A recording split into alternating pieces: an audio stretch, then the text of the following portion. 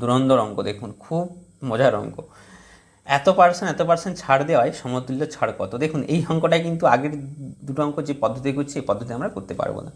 এটা কীভাবে করবো দেখুন, 14/2/7%, 14/2/7 মানে কত বলুন, 1/7, ঠিক আছে। আচ্ছা, তারপরে হচ্ছে 11/1/9%, 11/1/9% মানে কত, 1/9। 12/1/2% মানে কত, 1/8। দেখুন তাহলে আগে পরে করে সেই গল্পটা করব। 7 টাকা লেখা ছিল, 1 টাকা ছাড় দিচ্ছে, তাহলে আগে লেখা ছিল 7 টাকা, পরে 1 টাকা ছাড় দিয়ে বিক্রি করছে 6 টাকাতে। 9 টাকা লেখা ছিল, 1 টাকা ছাড় দিচ্ছে হচ্ছে কত, 8 টাকা।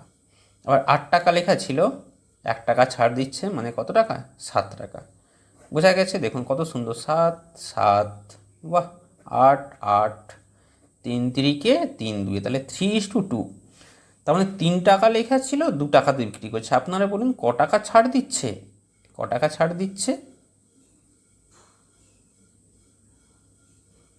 1 টাকা ছাড় দিচ্ছে।